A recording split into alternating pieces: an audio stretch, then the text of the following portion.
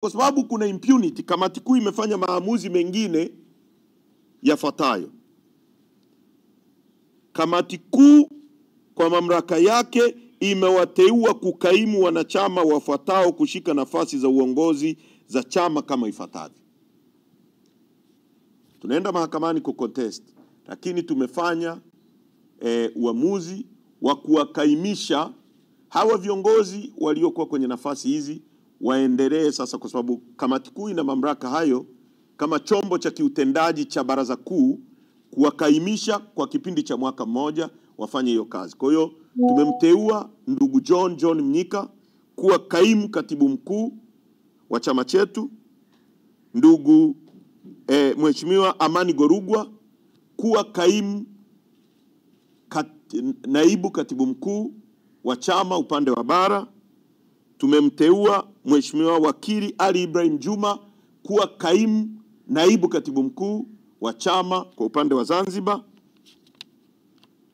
Kamati kuu pia kwa kutumia kifungu cha 7716B ya katiba ya chama toleo la mwaka 2006 kimemteua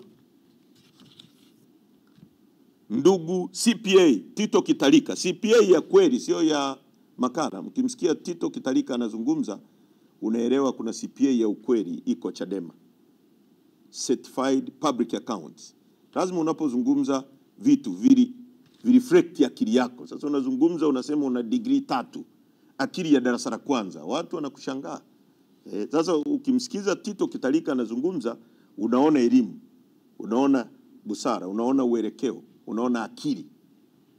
Sasa CPA Tito Kitalika tumemteua kuwa mkurugenzi wetu wa fedha na uchumi, ndugu John Kitoka kuwa mkurugenzi wa mambo ya nchi za nje na diaspora, Bi Brenda Rupia kuwa mkurugenzi wa mawasiliano na uenezi, wakili Gaston Shundo Garubindi kuwa mkurugenzi wetu wa sheria na haki za binadamu, ndugu Rems Kasanda kuwa kaimu mkurugenzi wa digitali na ubunifu.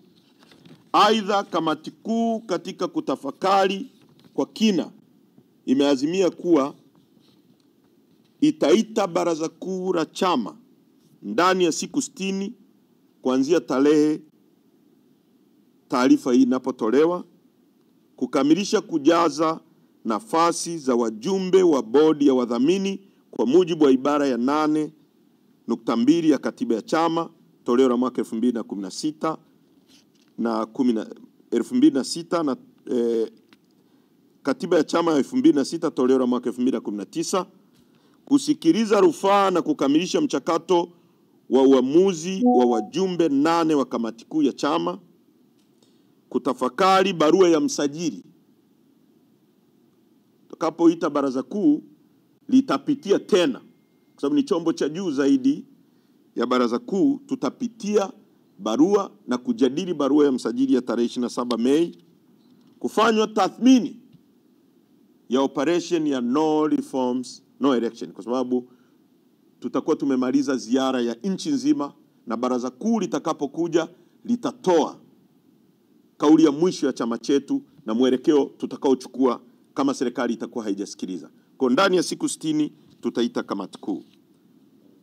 Baraza kuu Kamati kuu imepokea taarifa kuhusu hatua ya serikali kulifungia kanisa la Glory of Christ, kanisa la ufufuo na uzima linaloongozwa na Askofu Gwajima. Hatua hii ya kulifungia kanisa lote nchi nzima ni batili, maana inawakosesha fursa waumini wa kanisa hilo kuabudu Mungu wao alichokisema Askofu Gwajima, na kupelekea serikali kuchukua hatua za kulifungia kanisa. Ni ukweli mtupu kuwa swala la utekaji na uwepo wa magenge ya uhalifu ndani ya mfumo wa vyombo vya ulinzi na usalama lisha amani ya taifa letu. Kabla ya mwisho ovu ni kuhubano ambaye mbele yake kulikuwa na dreams kubwa. Tunazungumza